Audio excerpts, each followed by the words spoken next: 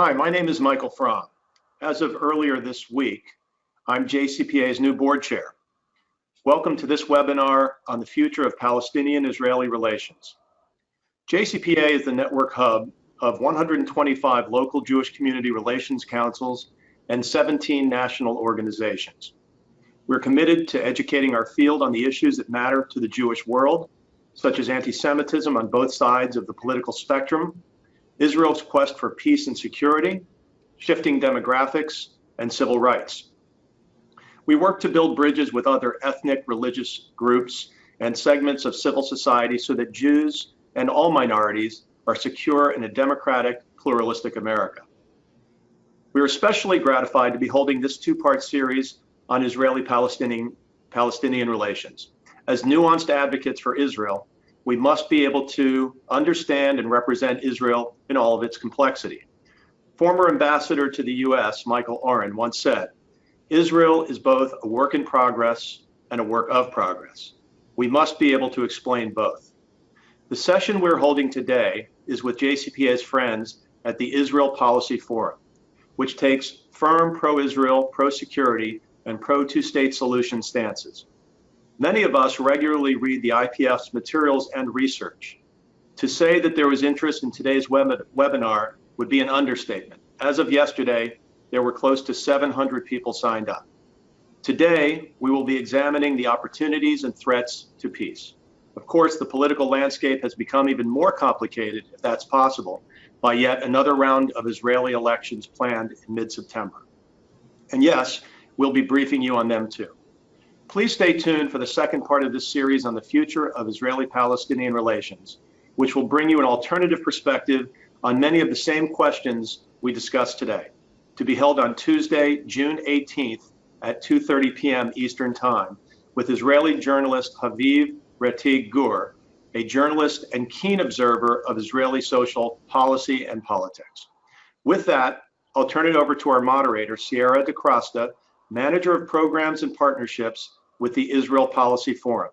Thank you all for being with us today. Thank you, Michael, and thanks to the JCPA for having us. We're excited to be here today. I'm joined by Executive Director David Halperin, as well as Policy Director Michael Koplow, and today they're going to speak to you about the future of Israeli and Palestinian relations, as well as the ramifications of West Bank annexation, what this means for Israel, Palestinians, and the U.S. Jewish community. This is a position that we have come to through our great partnership with a group called the Commanders for Israel Security. It's a group of over 290 retired IDF generals, as well as retired members of the Mossad, Shin Bet, and Israeli police force. So we come to this conclusion from a really nuanced and frankly well-lived perspective. They're going to speak to you for about 20 to 25 minutes, and then we'd love to open it up to questions. We really want this to be an interactive conversation and hear what's on your mind. And we're really excited to be joined by so many people from the Jewish communal professional world, lay leaders, and people who are just interested in this work. After the conversation, if you'd like to learn more about any of the other projects, our website is simply israelpolicyforum.org. And Michael, the floor is yours. Thanks so much. Thank you, Sierra, and thank you to the JCPA for hosting this webinar. So before we get into the heart of the presentation that we have today, I wanted to set the stage a bit because there have obviously been some big recent developments that impact what's going on between Israelis and Palestinians.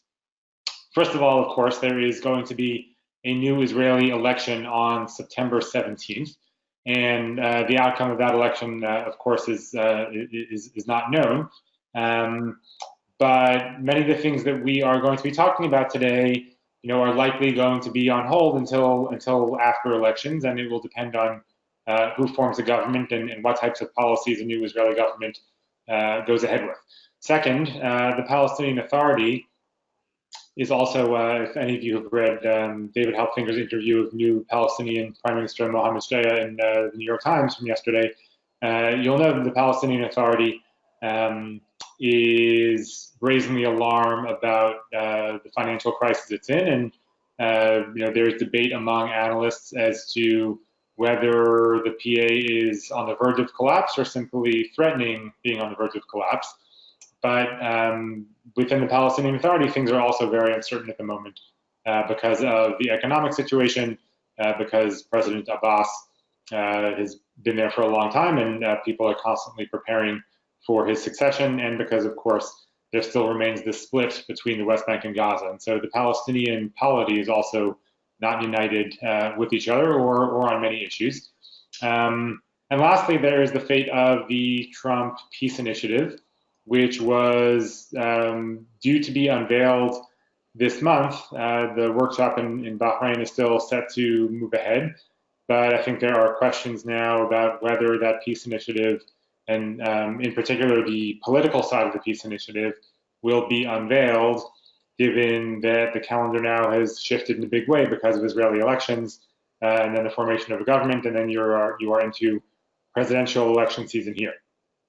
So for all of those reasons, a lot of things are up in the air, and much is uncertain. But it does not change the fact that there are still some fundamentals at work in Israeli politics that are pointing to the change in the status quo in the West Bank.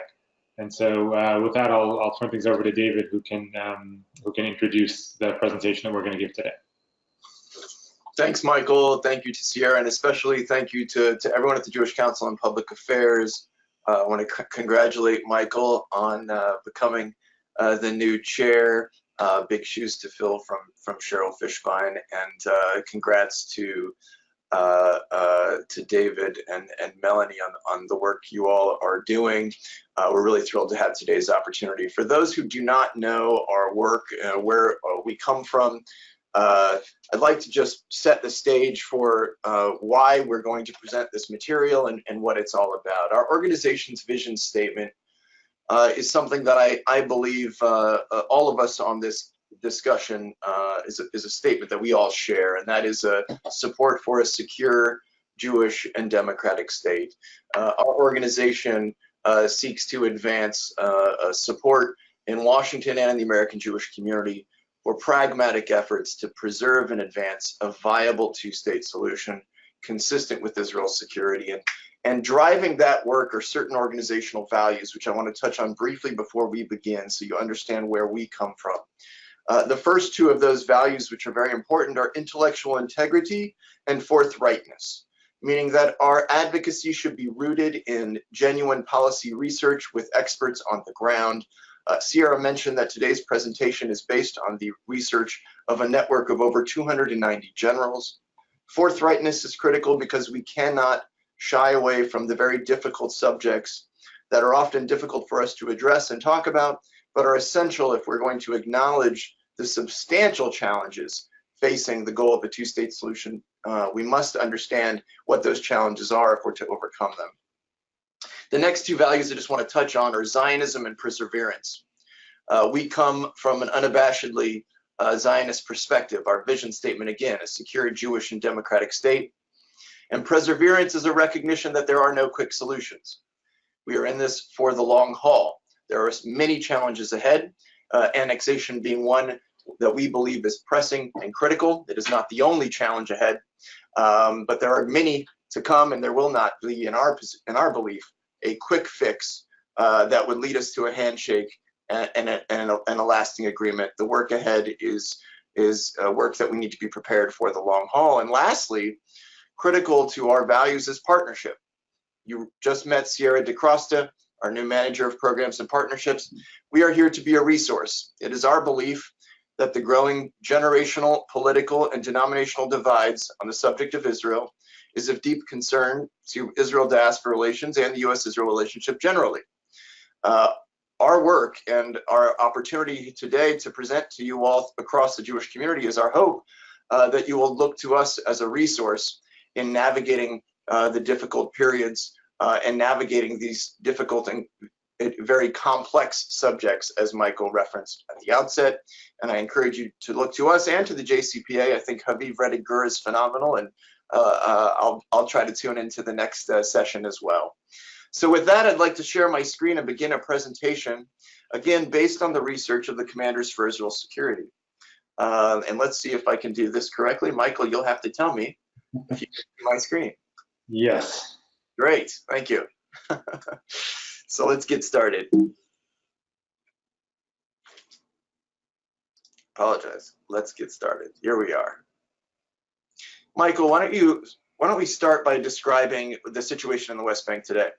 Sure. So as you can see from this slide, this is the post-Oslo division of the West Bank. It has been in place since 1994 with the signing of the Oslo B Agreement. The West Bank is divided into 3 areas. The first is Area A, it's 18% of the West Bank. And in Area A, the Palestinian Authority has full security and administrative control. And as you can see, it is where the majority of Palestinians in the West Bank live. Area B comprises smaller Palestinian towns and villages. In Area B, you have full Palestinian administrative control. So the Palestinian Authority is in charge of the day-to-day administration of the area, but you have Israeli security control. And Area C, which is 60% of the West Bank, and which is where all Israelis are. So that means all settlements, it means all IDF installations, it means any of the roads that Israelis drive on. There you have full Israeli security control and full Israeli administrative control. And you have a Palestinian population in Area C as well, but they do not interact with the Palestinian Authority. They are under full Israeli control. So that's the basic breakdown. And as you can see, Area C comprises 60% of the West Bank. And so even though it has the smallest population of any of these 3 areas, it is the largest amount of territory. That's right. So I apologize. So our genuine concern is a path to undermining the vision statement that I said at the outset, the secure Jewish and democratic state, by one that could lead to a one-state outcome that would threaten Israel's security, its Jewish character, and its democracy. Michael, do you want to touch a bit on this path as we begin to introduce this concept? So when people talk about creeping annexation, what they're talking about is largely Israel's effort to control or to harden its position in areas of the West Bank that are presumed to be part of a future Palestinian state. So even though Area C is 60% of the West Bank, when Israel and the Palestinians have negotiated in the past, and they've talked about this notion of land swaps, where Israel will keep 4 to 5% of the West Bank in return for an equivalent 4 to 5% of Israeli territory going to a future Palestinian state. You're talking about that 4 to 5% of the West Bank that is right along the Green Line and comprises the large settlement blocks. And in fact, 80% of the Israelis living over the Green Line, so about 500,000 of the 640,000 Israelis living over the Green Line, live in this 4% of the territory that comprises the 5 big settlement blocks along the Green Line and that comprises the Jewish neighborhoods of East Jerusalem. So when we talk about creeping annexation, what we're talking about are efforts to increase or harden Israel's presence outside of this 4% of the West Bank, and in the spots where you have only 20% of the Jews who are living over the Green Line. And this looks like a number of different things. It can look like building outside the blocks, and in the last Israeli government, 75% of the construction that took place outside of the blocks. It's 60% since 2017, but it's 75% since in 2018, 2019. And that is a reversal of, as you can see, what used to be the case, where most of the construction was inside the blocks. It looks like things like the legalization law that is still being challenged in Israel's Supreme Court, but which passed the Knesset a couple of years ago, and which retroactively legalized Israeli settlements in the West Bank that were illegal under Israeli law, meaning they were built on private Palestinian land. It means building huge amounts of infrastructure outside of the blocks. It means denying permits to Palestinians who live in Area C to build in Area C, so that 60% of the West Bank largely becomes reserved for Jews. And so we've seen this, over the last few years, this notion of creeping annexation, where you basically set the table for Israel to expand in a real way outside of that 4 to 5% of the land that will be part of Israel in any deal, and try to try to change the facts on the ground so that it will be difficult to come to any arrangement in which you have a viable, contiguous Palestinian state at the end of a final status negotiation.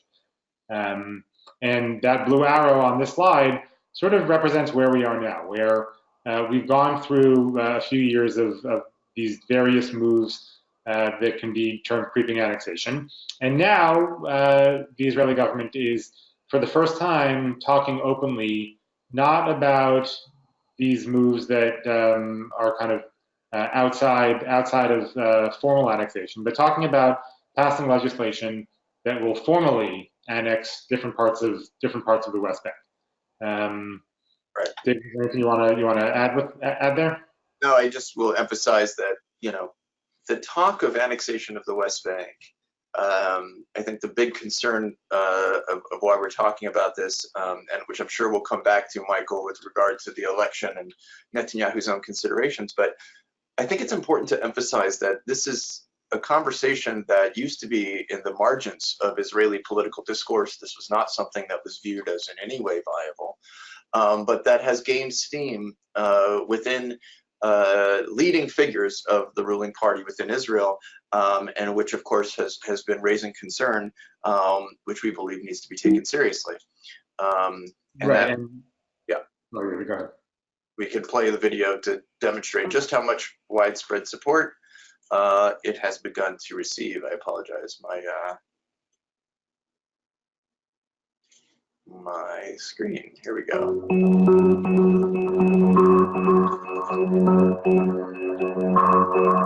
אנחנו נחיל ריבונות, לא בזכות הכוח, אלא בכוח הזכות.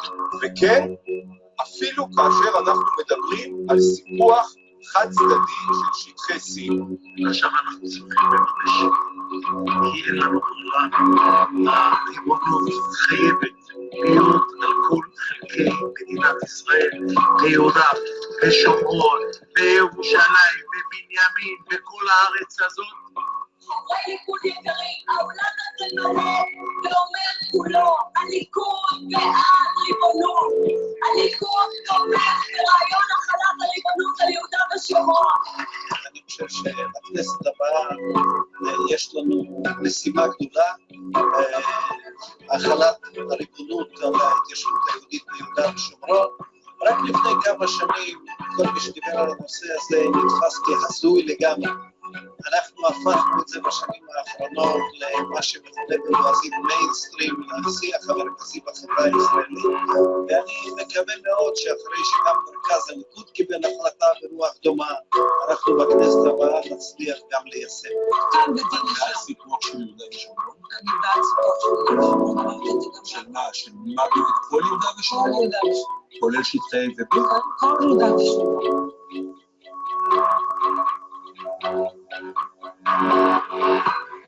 So really the point of showing this is to demonstrate just how widespread the discourse has gone inside Israel. And as you heard, what was once considered completely insane is now essentially a mainstream talking point. Right. And important to note that everybody in that video, first of all, every one of those clips is from within the last 2 years. So these are all recent. Second, every one of those clips was from a current member of Knesset or minister from Likud. I think oftentimes it's easy to dismiss the talk of annexation when it comes from someone like Bezalel Smotrich, or it comes from parties farther to the right. Every single one of those clips is a Likud minister or prominent Likud MK.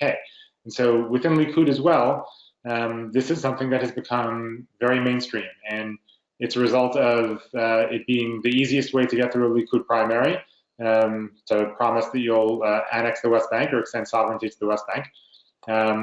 It's very popular, and we saw it in the last election campaign where every single Likud MK running for re-election, including ultimately Prime Minister Netanyahu, who endorsed annexation 3 days before the election, every single Likud MK running for re-election endorsed annexation in whole or in part. And so, in light of that, I think it's important to take this seriously, but also to look at the different types of annexation plans that people are talking about. And that brings us to this first one, which, if annexation happens, this is in our view, the most likely first step, because annexation is not going to be Area C or the West Bank in one fell swoop. It's going to happen piecemeal, and the first step is almost certainly going to be annexing Ma'ale Adumim. And for those of you who are familiar with the geography, Ma'ale Adumim is just east of Jerusalem. Almost all Israeli Jews consider it to be well within the Israeli consensus, and many consider it, think of it as part of Jerusalem itself, even though it is not part of the Jerusalem municipality. If something is going to be annexed, this is the thing that will have far and away the most support. I think it's important to note that this isn't just within Likud or parties on the right. Yair Lapid, two cycles ago now, when he kicked off his election campaign, he kicked it off in Ma'ale Adumim as a way of demonstrating his support for Ma'ale Adumim as an integral part of Israel. And the problem isn't that Ma'ale Adumim belongs to a Palestinian state. In any type of permanent status agreement, Ma'ale Adumim is literally the first area that will become part of Israel. The problem is doing it unilaterally for a whole variety of reasons that we'll get to later.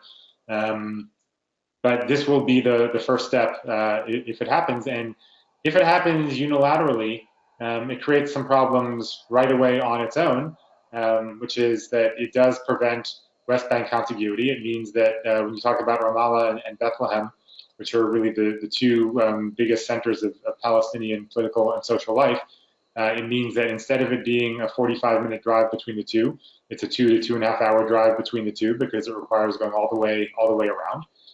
And it also means that you have cut off East Jerusalem from the West Bank entirely without having to go through settlements. And that presents a problem as well for a future Palestinian state that will presumably have a capital in East Jerusalem somewhere. Right, and I'll just add, there's a host of issues which we want to dig a bit deeper on this question of what is called partial annexation, which we'll come back to, but I think it's important to note that those who are advocating annexation are typically not saying let's only annex Ma'ale Adumim, let's only annex the areas that are within the consensus. And I think that's where a critical challenge lies. Of course, any annexation raises all sorts of questions, which we're going to come back to, but it's also important to note what exactly is being called for. And I think it's, by now, the next video is somewhat famous, when Netanyahu said just the day before the last April 9 election. ואני כמובן נדאג שאנחנו נשלוט בשטח ממערב לירדן. עכשיו, השאלה עכשיו שאת שואלת היא שאלה מעניינת, האם נעבור לשלב הבא? והתשובה היא כן. נעבור לשלב הבא. זאת אומרת שבקדנציה הבאה שלך אתה מכיל ריבונות ואתה מספח את גושי ההתיישבות? אני הולך להכיל ריבונות, אבל אני לא מבדיל בין גושי ההתיישבות לנקודות היישוב הבודדות. משום שמבחינתי כל נקודת יישוב כזאת היא ישראלית, יש לנו אחריות כממשלת ישראל, אני לא עוקר אף אחד, ואני לא אעביר... So the point is, we're not just talking about the settlement blocks, and in fact, if you look at the plan that was actually adopted by the Likud Central Committee, something that was referenced in an earlier video, you can see that effectively what they're calling for is an annexation of all areas where there are Jewish populations. And of course, I think more to the point, is the annexation of Area C, which is where those Jewish populations lie. As Michael said at the outset, the IDF military bases, all settlements, most of the roads, agriculture areas, and parks effectively in Area C. And if Israel were to annex Area C, you can look at what the map looks like on the right. Michael, you want to add it on this? Right. So, a few things to add. First of all, annexation of just blocks is still important to note. Is still annexation. Just because these are territories that Israel will presumably keep in any peace agreement, doesn't change the fact that annexing them unilaterally is still annexation. Second, within Likud and within Habayit HaYehudi, and within the Haymin HaChadash, which is Naftali Bennett and a party that will be running again in the next elections, there is not one person who advocates annexation of only the blocks. When I say the Ma'ale Adumim will be, or the blocks will be a first step, it is meant to be a first step that then leads to what we see on this slide, which is annexing all of Area C, which is one of the reasons why annexing the blocks is not going to remain just an annexation of the blocks. There is no support for that. The support is for annexing the blocks first as a test case, and then moving on to annex the rest. And as David noted, annexing Area C presents a host of problems even before we get into the demographics and what the reaction from outside parties will be. It leads to a host of problems on its own. So as you can see, Area C, the 60% of the West Bank where there's all of the Israeli Jewish presence, that part has to be contiguous because Israelis have to be able to get from place to place to place. So Area C is not a distinct area. People tend to think of A, B, and C as circles, triangles, whatever it is. But as you can see, Area C actually is a spider web, right? So imagine you have a spider web and you place it down on the table in front of you. Area C is the web, and areas A and B are the areas in between the web. And so what that means is that Area C creates 169 distinct islands of A and B. And if you are annexing Area C and you want to, for instance, build a new security barrier, because I think, I'm confident that almost everybody on this webinar would agree that the security barrier is something that is extremely important to Israeli security. It is credited, of course, with reducing and eventually ending the spate of suicide bombings during the Second Intifada. There's a reason that it's important. But if you annex all of Area C, you have to build a new security barrier that, as you can see from here, is 1,787 kilometers long. At the moment, the security barrier is just over 700 kilometers long. And you have to build 169 of these barriers because you have to encircle all of these areas of A and B if you want to prevent the Palestinians who are not inside of Israel from coming into Israel without having to go through a checkpoint and without having to go through a security check. And so you're talking about 169 new security barriers. You're talking about more than doubling the length of the current barrier. You're talking about hundreds of new checkpoints. All of this, by the way, just for the barriers alone, is at a cost of $7.5 billion. And that's before you talk about the added costs of the checkpoints and the added security of manning 169 different barriers. And most importantly, you're creating what is literally the world's most indefensible border. When we think about Israel's need for defensible borders, creating 169 separate borders inside the West Bank alone is frankly not defensible and would literally take up the entirety of the IDF's current capacity. Yeah. And I think it's important, we'll be happy to send around recent articles by various generals on this point, but most recently, just in the last week, there was an op-ed in Yediot Achronot by Tamir Pardo, former Mossad director, in which he laid out very clearly the choices between Zionism and annexation. And Avi Mizrahi, the former head of IDF Central Command, essentially responsible for all West Bank security, wrote similarly, I believe it was in Israel Hayom, that his opposition to annexation certainly doesn't make him a peacenik leftist. These are positions that we're conveying in the research here that is supported by some of the foremost experts on these particular subjects, and we'd be happy to convey some additional information in that regard. But I think what all of this does is, I apologize, is creates this generic process here, somewhat summarized, that the beginning of annexation of Area C raises the possibility of the end of the Palestinian national aspiration, raises the possibility of the potential collapse of a Palestinian Authority, raises the possibility of raising the temperature between the parties, leading to renewed violence. And any such renewal of violence would, of course, lead Israel to need to defend its citizens and raise the possibility of Israel having to reoccupy A and B, which could then give rise to calls for a binational state. Now, I said possibility because we don't know exactly what the steps will be that will set off what we describe here and what the commanders have described as the ignition point and the turning point. The point that we should be emphasizing and that we want to emphasize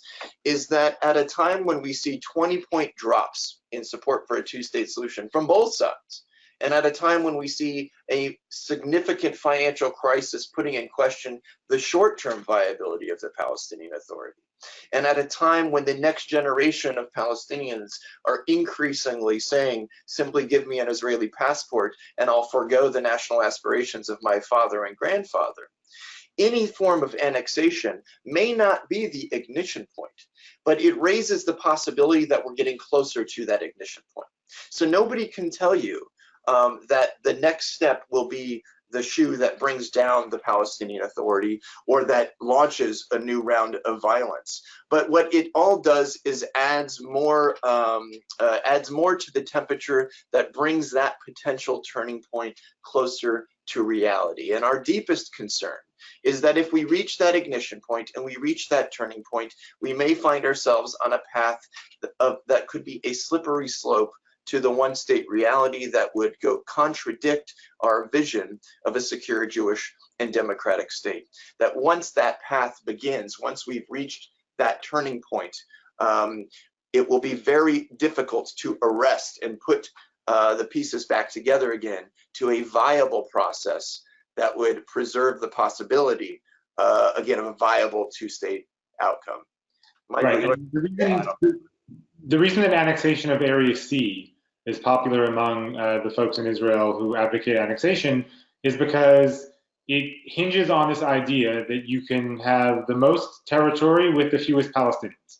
That you take 60% of the West Bank, where all of the Israelis are, and you're only taking along with you 300,000 Palestinians, and the rest of the Palestinians are in areas A and B, and they will be autonomous there, and they'll govern themselves, and everything will be fine. The problem is that depends on the Palestinians agreeing to this arrangement, and given the various pressures on the PA, economic and otherwise, the idea that even if Mahmoud Abbas wanted to maintain a Palestinian Authority in 40% of the West Bank, after having been told that you'll never get a state, the best you'll have is autonomy, even if he wanted to do that, I don't know that he would be able to do it. As it is already, Palestinian, in the last 3 months, since the Palestinian budgetary crisis has started, and since Palestinian salaries have been cut in half, and that includes the PA security forces,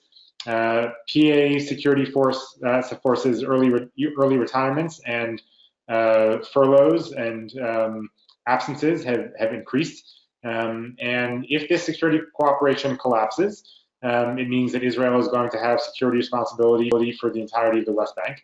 And if the PA itself is unable to hang on, even if somebody is entirely in favor on the merits of annexing Area C and keeping it at that, it's very unlikely that this process won't unfold and that Israel will be able to just keep it at that. What is more likely is that all these pressures on the Palestinians end up forcing Israel to go in and take ownership of the entirety of the West Bank. And there's a reason that very few supporters of annexation, outside of people like Bezalel Smotrich and the Kahanists, support full annexation of the West Bank, because nobody wants to have control over 3 million Palestinians in the West Bank.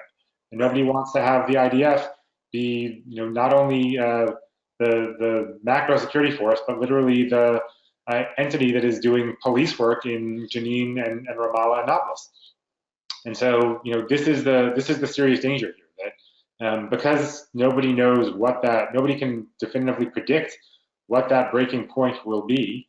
Once you go down the annexation road, you are taking an unacceptable risk that Israel will end up having, not of its own will, to take control of the entirety of the West Bank. And that leaves, as you can see from this slide here, a one-state reality without a good way of unwinding it, where you can see that areas of Jewish population and areas of Palestinian population still largely are separated, but without a Palestinian entity that is willing to govern those Palestinians, Israel has control of all of it. And that is something that really everybody inside of Israel, including people who think that annexation will go swimmingly, want to avoid. And if this is something you want to avoid, then going down the annexation road in any way, shape, or form is an awfully big risk to take, understanding that you are putting Israel's future and the prospects of a binational state really at risk. So I want to just conclude this quickly by running through a couple more slides on what we're overall talking about here. We're talking about security ramifications, diplomatic ramifications in the region, and of course in the United States, various legal ramifications, social ramifications for Israeli society, and economic as well. Economic ramifications, you can see them outlined here according to the study by the commanders conducted alongside a variety of economic experts. Michael, do we have time? I guess not for the video, but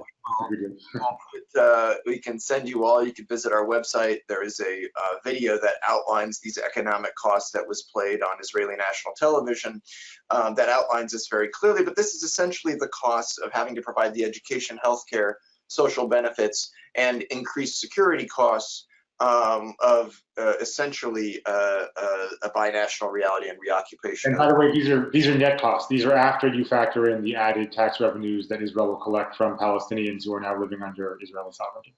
Right. So we are going to skip playing the clip for time's sake, but encourage you all to check it out. And of course, we talked about the diplomatic ramifications, certainly ending the chance for a future agreement if indeed there is no Palestinian entity effectively prepared to create the basis for statehood. Deeply concerned about what it means for regional cooperation with Michael. Maybe you could say a word on that. And of course, we're deeply concerned about what it means for the U.S.-Israel relationship, the relationship between Israel and diaspora Jews, and the fight against BDS. There's nothing more that I could think that BDS advocates would like to see than for Israel to take steps such as annexation, which would remove which would seemingly demonstrate that Israel is unserious about a viable agreement. Right, and on the issue of regional cooperation, people note that Arab states have been slow to announce whether they will or will not attend the Trump administration's economic workshop in Bahrain. States that have said that they will attend, including the Saudis, and most recently the Jordanians and the Egyptians, just in the last week, all publicly came out and said that they will not support anything that is not based on a two-state arrangement with East Jerusalem as the capital of a future Palestinian state. And obviously, annexation ends that. And we all hear a lot about the ongoing cooperation behind the scenes between Israel and Gulf states. I think that annexation will guarantee that cooperation permanently remains behind the scenes, and that Israel never actually reached the benefits of that cooperation. Because remember, the behind the scenes cooperation benefits the Arab states that now get access to Israeli intelligence and Israeli military technology and assistance. The benefit to Israel comes when these states normalize relations with Israel, and that simply will not happen if annexation takes place. So, in conclusion, as we've been talking about, we're unable to anticipate what will be the turning point. Should be unable, not enable. The momentum is already here. Partial annexation is dangerous in its own right. It could threaten the bipartisan consensus and give fuel to the BDS movement, and of course lead to the end of the vision I talked about repeatedly, secure Jewish and democratic state. Again, all of this is based on the research conducted by the Commanders for Israel Security, a network of over 290 generals. And from our perspective in the Jewish community, we have basically three core messages. Number one is to talk about it, to take it seriously, to not view this as merely talk that will never take place. Well, again, what we have seen is an idea that was once in the extreme moved into the mainstream. Those of us in the community have been advocates, again, for a viable two-state outcome that provides for Israel's security, should recognize that this is a threat that would undermine the things that we hold dear, including the relationship between the United States and Israel, and with diaspora Jews. not to mention create all sorts of risk for Israel and its security and economy as outlined by the generals. The second thing is to simply ask questions when talking with Israelis, to raise this as an issue of deep concern of the American Jewish community. We recognize that we are advocates for Israel. We are not voters in Israel, but we do have a stake, and we need to raise deep concerns about what such a move would do for, again, the U.S.-Israel relationship, for Israel's security, and for Israel-diaspora relations. And lastly, from our organizational perspective, what we would love to see our community do is to support more pragmatic steps to not reverse the possibility or remove the possibility of a future two-state solution, but to support pragmatic steps that would actually preserve that possibility so that it could be advanced in the future, improving the security, economic, political steps, environments on the ground.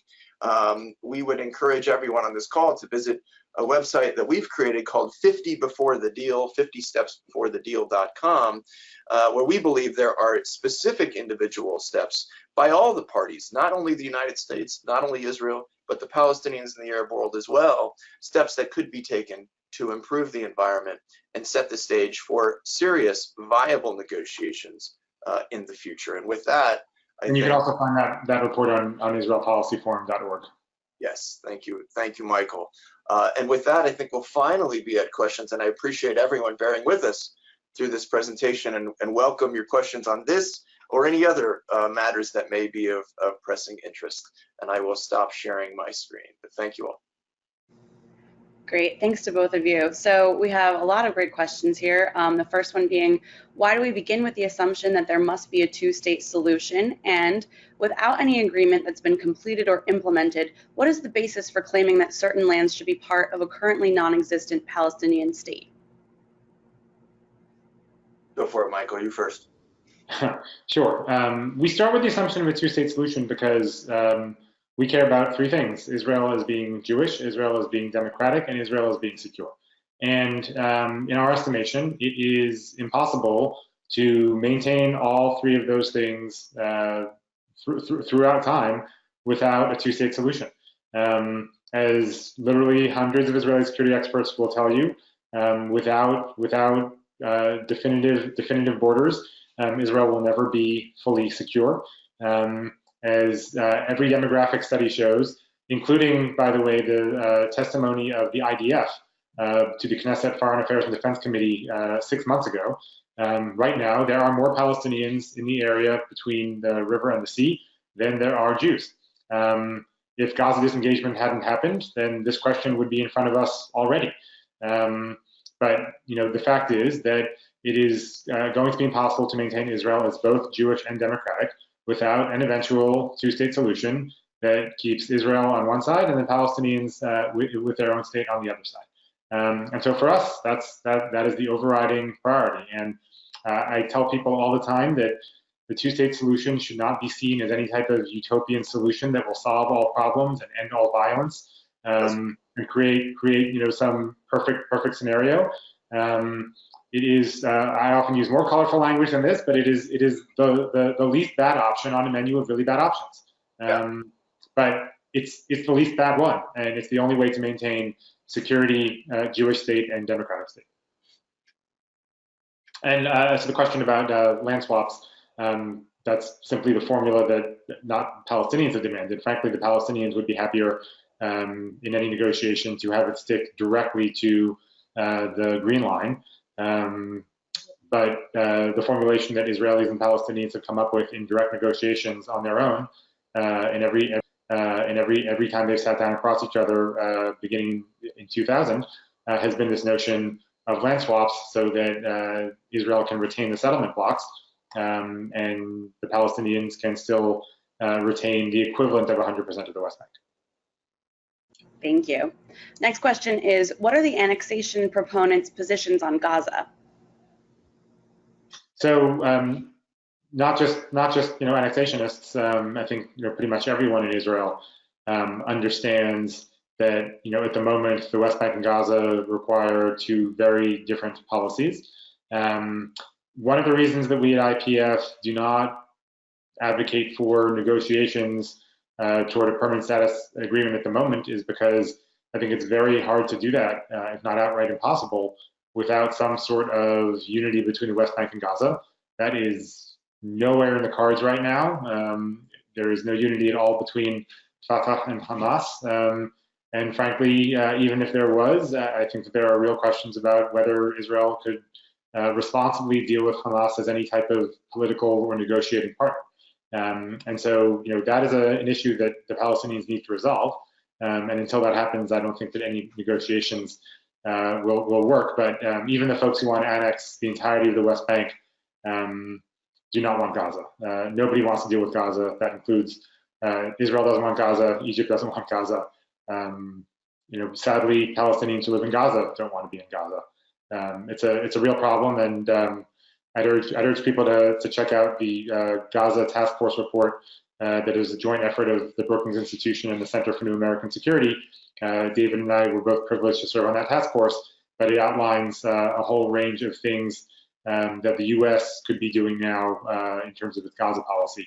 But this is all a long way of saying that nobody wants to deal with Gaza, including the most strident of annexationists. Yeah, that's for another webinar entirely, but it's perhaps another time. Let's. Thanks.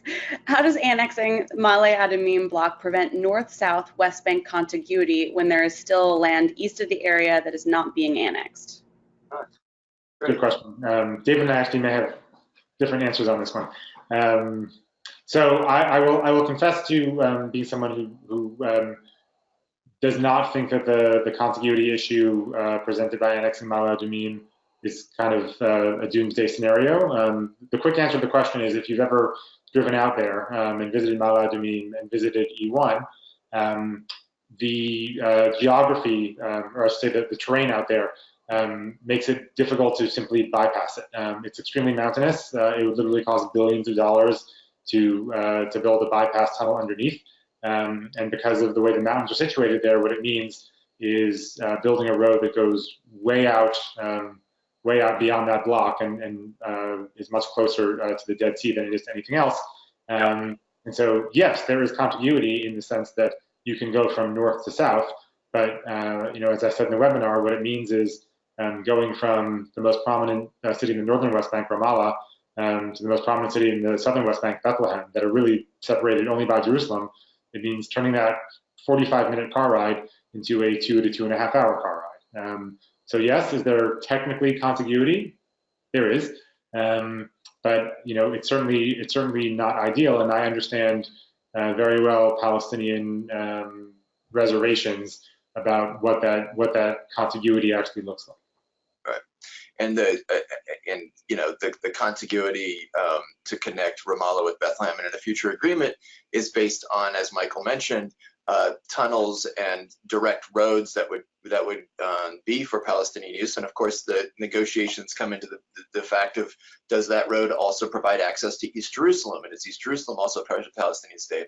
But also the question about furthermore, how Israelis living in Ma'ale Adumim in East Jerusalem will feel about Palestinian tunnels going underneath their house that are under complete Palestinian sovereignty.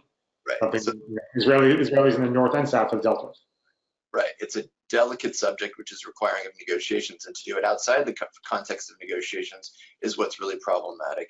The issue of Ma'ale Adumim is less the city. If I were to put on the slide, if you recall, the built-up areas of Ma'ale Adumim is less the issue than the entirety of the Ma'ale Adumim region and district, which includes E1.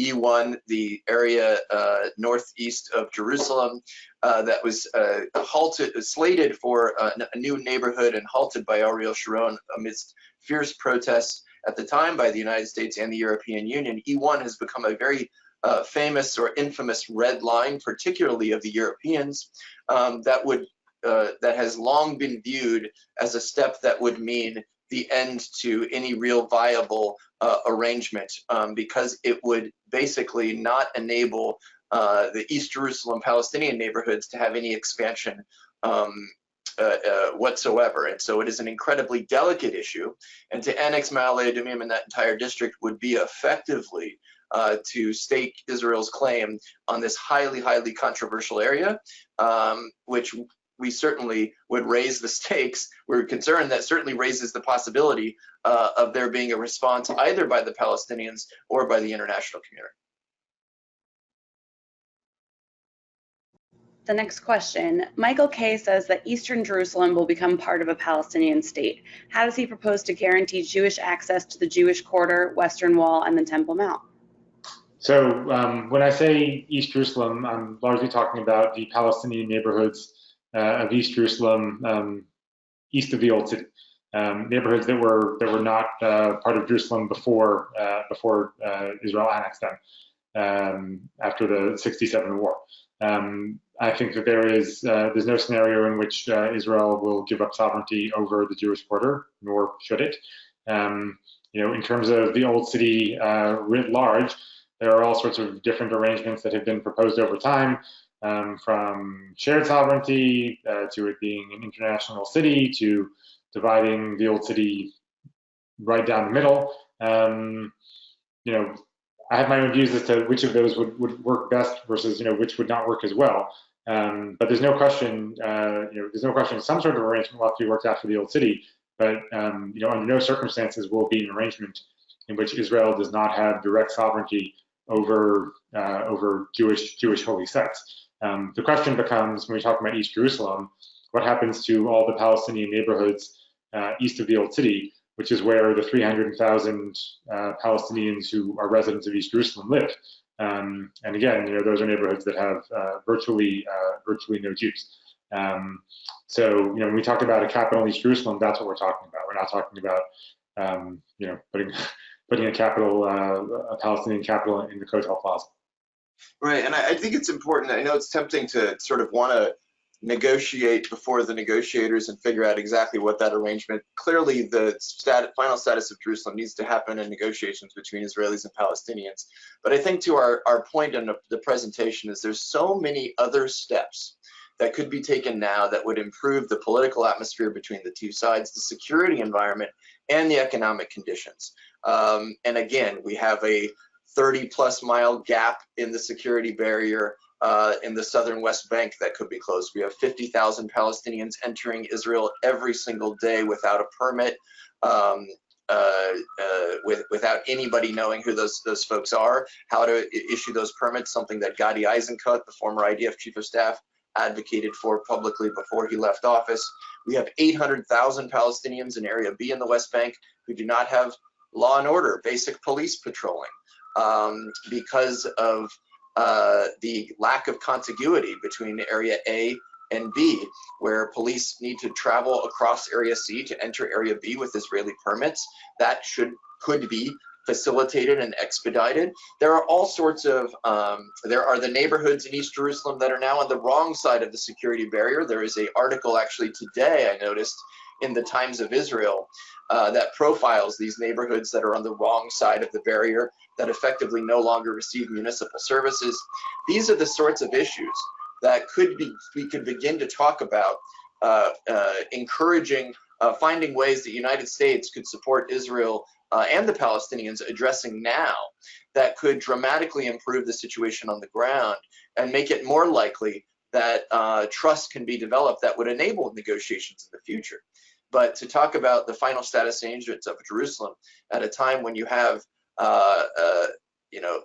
the outgoing government, the most right-wing in Israel's history, and divided Palestinians with uncertain succession and increasing authoritarian tendencies, there are all sorts of issues that still need to be addressed before we could talk about a real, genuine, viable, lasting agreement. And that's where we believe the attention should be paid, and not to measures like annexation that only risk making the situation worse. Okay, in the interest of time, I'm going to combine a couple of questions that are related. So first is, how does the peace treaty with Jordan impact any agreement with the Palestinians, and who remains in control along the Jordanian border? Second part to this is, how does the peace treaty with Jordan, there are reasonable people and leaders in Israel who believe that one endgame would entail Palestinian people moving to Jordan. Any thoughts on this? So these are double related questions on Jordan, and it's one that Michael and I talk about a lot. But Michael, I'll let you go first. And then I'll take the first part. You can take the second part. So on the first part, The peace treaty with Jordan is the thing that gets put most at risk with kind of big sudden moves in the West Bank. The Jordanians are very sensitive to what happens in the West Bank, given the connection between the historical connection between Jordan and the West Bank, and the fact that West Bank Palestinians use Jordan as their transit point to the outside world. Also, the peace treaty between Israel and Jordan recognizes Jordan's special role in Muslim holy places in Jerusalem. And so the Jordanians are super sensitive, more really than any other party, even more so in some ways than the PA, to big changes in the West Bank. And so, you know, if you're looking for a party that will be most adversely affected by annexation right away, it's the Jordanians. And, you know, one of the worst things that could happen as a result of this would be putting the Jordanian monarchy in peril, because they are a extremely responsible security partner, not only of Israel, but of the United States. There's a reason that Israel considers its eastern security border not to be the Jordan River, but to be Jordan's border with Iraq, because that is how integral and close the security coordination is between Israel and Jordan. So it puts all of that at risk. On the question of the Jordan Valley and the border with Jordan, what happens with that? In the last round of negotiations in 2013-14, the Israelis and Palestinians agreed, actually, that there would be some sort of Israeli security presence in the Jordan Valley. They differed as to how long that presence would be there. But the people on the negotiating team are all pretty, you know, have all said publicly and privately they're pretty confident that eventually they probably would have agreed to 15 to 20 years of Israeli presence in the Jordan Valley. And that's the kind of thing that it's doable. And again, it's something that the Palestinians they've already conceded that point in past negotiations, something that I think oftentimes people don't realize. They've accepted this idea of some sort of Israeli presence for security purposes in the Jordan Valley. It's a question of what type of presence and for how long. So I would just add two things. One, you know, I think the Jordanians are deeply, deeply concerned of the talk of Palestinians migrating into Jordan or Jordan representing the Palestinian state, deeply concerned about the potential annexation moves. And I just want to emphasize what Michael mentioned, that we have a country that is one of two Arab nations that was courageous in making peace with Israel. Jordan as a incredibly important strategic intelligence security partner of the United States in the fight against ISIS, in the turmoil of Syria and Iraq, and a extraordinary security partner of the state of Israel, as Michael said.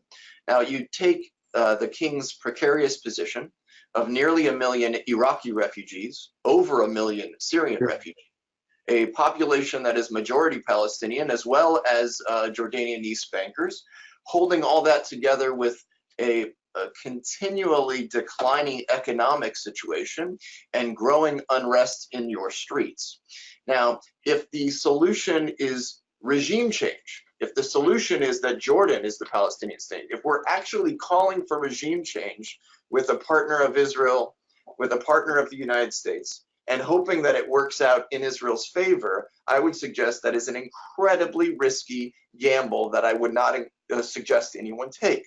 But it's also related to the question of the Jordan Valley, because security in the Jordan Valley will very much depend on the continuation of the kind of security partnership that Israel currently enjoys with Jordan. In fact, a big part of the solution of the challenge of the Jordan Valley is what Michael said, that the border with Israel is not just the Jordan Valley, but it's actually the border between Jordan and Iraq to the east, and that strong partnership between Israel and Jordan is actually more important than ever if there's to be a viable two-state solution.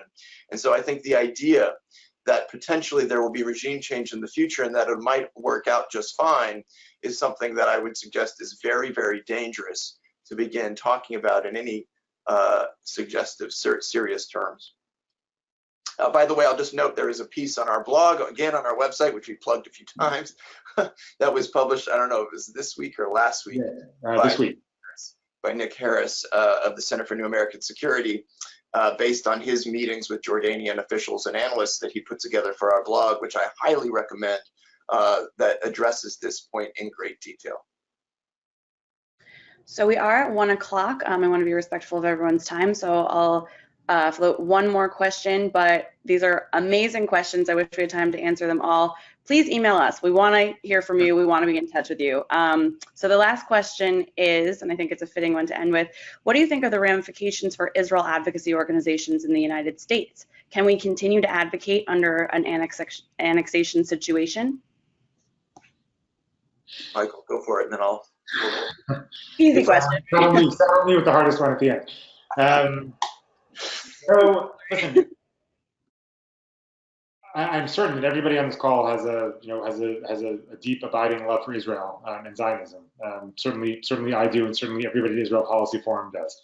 I find it impossible to envision a scenario in which my connection to Israel would dissipate. With that said, yeah, it's going to be very difficult to stand up and take a strong, unabashed pro-Israel position without having to hedge 100 times in the midst of each conversation if Israel annexes the West Bank, because again, you're then looking at a scenario in which you are supporting Israel that is going to have to decide whether it wants to be a Jewish state and not give citizenship to all 3 million Palestinians in the West Bank, or whether it wants to be a democratic state and give them citizenship, but very quickly lose its Jewish character. And yes, of course I can envision, identifying with and supporting an Israel that looks like one of these two things. But it'll be a very different type of relationship than exists now, where I can proudly support Israel as Jewish and democratic. I don't want to have to make that choice, and I think that we're naive if we think that the special relationship between the United States and Israel will continue on forever without those two elements both being present. And I think many of us who work in Israel advocacy, who care deeply about the future of the U.S.-Israel relationship, as I mentioned at the outset, are concerned about the three divides, which I talk about quite a lot, and that are deeply concerning. The political division between Democrats and Republicans on Israel, which is getting worse. What I would call denominational divisions between observant and more liberal streams of Judaism, or observant and secular Jews, which I'd argue is getting worse. And the divisions between the younger and older generations when it comes to Israel, which certainly feels like it has become worse. And I think those of us who care deeply about the U.S.-Israel relationship recognize that when there are those such drastic divisions, when those divisions deepen, it does not bode well for the stability and the strength of the U.S.-Israel relationship for years to come, let alone the relationship between Israel and diaspora Jews. And so our advocacy on this particular issue, this very uncomfortable issue, this very difficult issue, is in recognition that if such an issue would go forward, it is far more likely to deepen those divisions and to make our work as Israel advocates that much more difficult in order to navigate these growing divides, which I do believe would be certainly widened divides even more should this sort of step go forward. And that's why, as an American organization, we believe we should talk about it, because it is core to our work as Israel Policy Forum is not to convince Israelis, it's to recognize in partnership with Israeli organizations that we too have a role in the United States, in the Jewish community, and in Washington. And we should be talking about it because this presents a significant threat to not only Israel as a secure Jewish and democratic state, but to the relationship between the U.S. and Israel and diaspora Jews that we care so much about.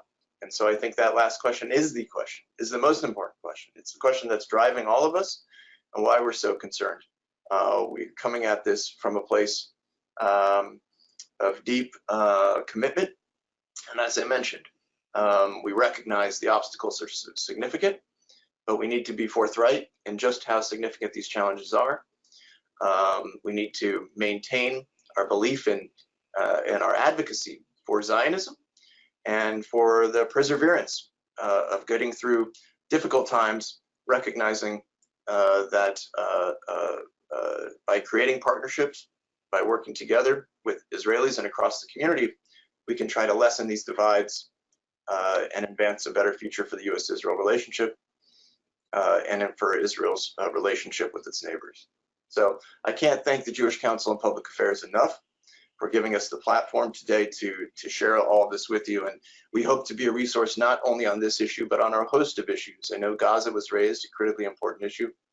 I think that now is a critical moment in time for the American Jewish community to navigate a rapidly changing dynamic regarding Israeli-Palestinian relations, and we would be pleased to work with you all to provide educational opportunities from an array of perspectives to navigate this moment, to better understand it, and figure out where we go from here.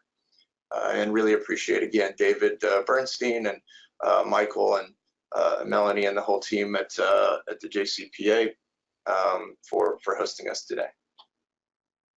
Thank you, everybody.